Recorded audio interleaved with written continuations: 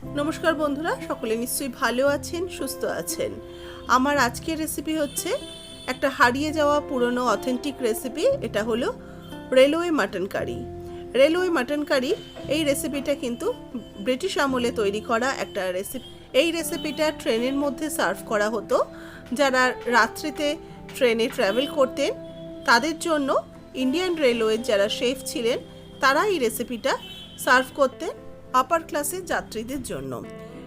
তবে এই রেসিপিটা কিন্তু ভীষণই একটা প্রসিদ্ধ হয়ে গেছে আর খেতেও কিন্তু খুবই সুস্বাদু।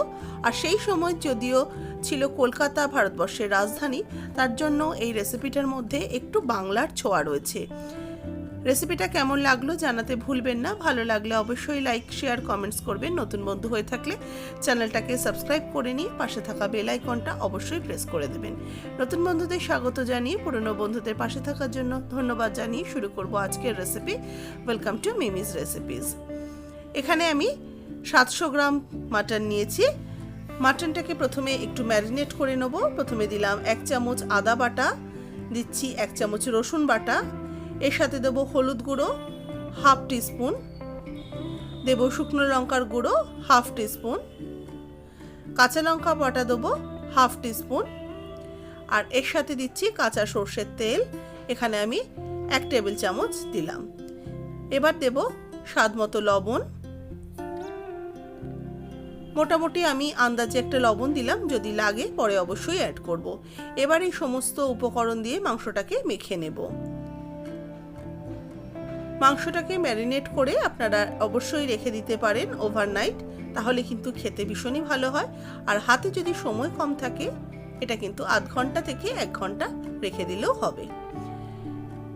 এবার কড়াইতে আমি দিয়ে দিচ্ছি সর্ষের তেল। তেলটা গরম হয়ে গেলে এর মধ্যে সামান্য একটু লবণ অ্যাড করব আর দিচ্ছি একটু হলুদ গুঁড়ো।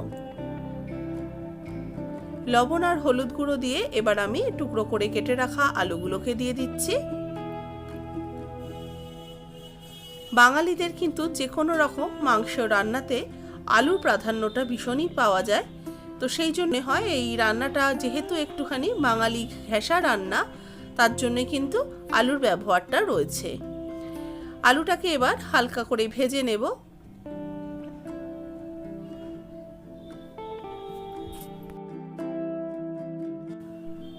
আলুটা দেখুন ভাজা হয়ে গেছে, সুন্দর সোনালী রং এসে গেছে। এবার এই আলুটাকে তুলে রাখছি।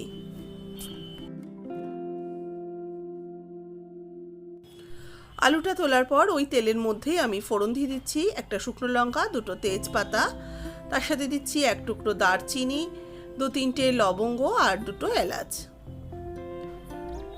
ফোড়নটাকে কিছুক্ষণ আমি ফ্রাই করে নেব। এরপর আমি দেব 1 চামচ রসুন বাটা। রসুন বাটাটা প্রথমে দিয়ে দিলাম, কারণ তেলের মধ্যে রসুন বাটাটা দিলে খুব সুন্দর একটা মাংসতে ফ্লেভার আসে। এবার দিয়ে দেবো পেঁয়াজ কোচানো। এখানে 3খানা পেঁয়াজ নিয়েছি। 700 গ্রাম মাংসের জন্য 3টে মোটামুটি মিডিয়াম সাইজের পেঁয়াজ আমি কুচিয়ে নিয়েছি। পেঁয়াজটা কিন্তু দেখুন খুব মিহি করে কোচানো না, রাফলি পেঁয়াজটাকে কুচিয়ে রেখেছি। পেঁয়াজটাকে এবার ভালো করে ভেজে নেব।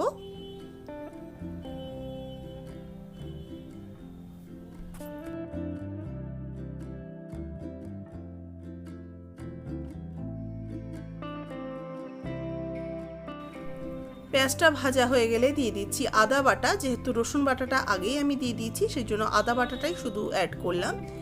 1 চামচ আদা বাটা দিয়ে আদাটাকে ভালো করে কষিয়ে নিচ্ছি। মশলাটা দেখুন বেশ ভালো করে কষানো হয়ে গেছে মিনিট 2-3 সময় ধরে। এবার এর মধ্যে অ্যাড করব টমেটো কোচানো। 2খানা টমেটো এর মধ্যে আমি স্লাইস করে কেটে দিয়ে দিলাম। টমেটোটাও একটু নরম হয়ে যাওয়া পর্যন্ত রান্না করে নেব।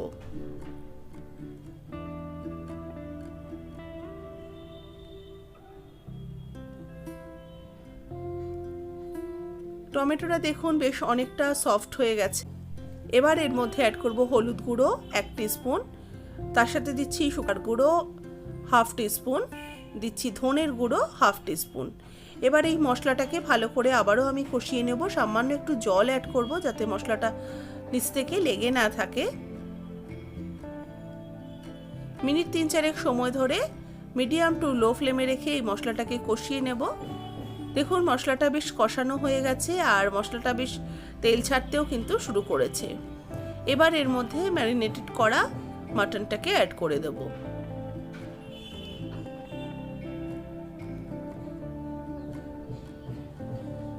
মাটনটা দিয়ে মশলার সাথে ভালো করে মিশিয়ে নেব। মিশিয়ে মাংসটাকে একটু কষাতে থাকবো।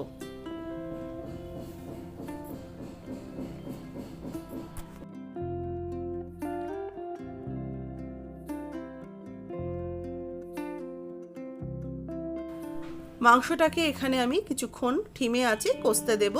এদিকে একটা স্পেশাল মশলা তৈরি করে নেব। তার জন্য একটা কড়াইয়ের মধ্যে শুকনো লঙ্কা, গোটা জিরে, গোটা মৌরি আর নিচ্ছি এর মধ্যে দুটো তেজপাতা আর দারচিনি, এলাচ, লবঙ্গ। এগুলোকে একটু শুকনো খোলায় ভেজে নেব। আমি জিরে আর মৌরিটা ছোট চামচের 1 চামচ করে ব্যবহার করেছি আর পরিমাণগুলো যেরকম রয়েছে সেইভাবেই কিন্তু দিয়েছি। মশলাটা ভাজা হয়ে গেছে। এবার এটাকে নামিয়ে আমি শুকনো ড্রাই পাউডার করে রাখবো। এদিকে মাংসটাও বেশ আমার কষানো হয়ে গেছে। এবার ভেজে রাখা আলুর টুকরোগুলো অ্যাড করে দিলাম। আলুটা দিয়েও মশলাটার সাথে ভালো করে মাংসর সাথে কষিয়ে নেব, যাতে আলুর মধ্যেও কিন্তু এই মাংসের যে মশলার ফ্লেভারগুলো আলুর মধ্যেও চলে আসে। কিছুক্ষণ কষিয়ে নেওয়ার পর এর মধ্যে একটু উষ্ণ গরম জল দিয়ে দিচ্ছি। এখানে আমি 1.5 কাপের মতো উষ্ণ গরম জল অ্যাড করলাম। ভালো করে এবার মিশিয়ে নেব। আলু মাংস ভালো করে ঝোলের সাথে মিশিয়ে নিয়েছি। এবার এর মধ্যে অ্যাড করে দেবো ভাজা মশলাটা যেটা তৈরি করে রেখেছি।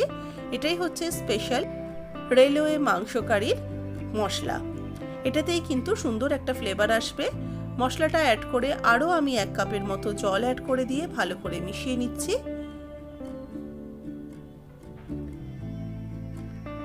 এবার এটাকে আমি প্রেসার কুকারে শিফট করে দেবো। আপনারা চাইলে কড়াইতেও করতে পারেন। সময়টা বেশি লাগবে বলে আমি প্রেসার কুকারে শিফট করে নিয়েছি। দেখুন এবার আমি একটু কাঁচা লঙ্কা বাটা অ্যাড করলাম। 1.5 চামচের মতো কাঁচা লঙ্কা বাটা, প্রায় 3-4টে কাঁচা লঙ্কা পেস্ট করে দিয়ে দিলাম। কাঁচা লঙ্কা বাটাটা দিয়ে মাংসর সাথে ভালো করে মিশিয়ে নিয়ে এবার এটাকে লিডটা আটকে আমি 6 থেকে 7টা হুইসেল দিয়ে নেব। এদিকে আমার মাংসটা কিন্তু সেদ্ধ হয়ে গেছে।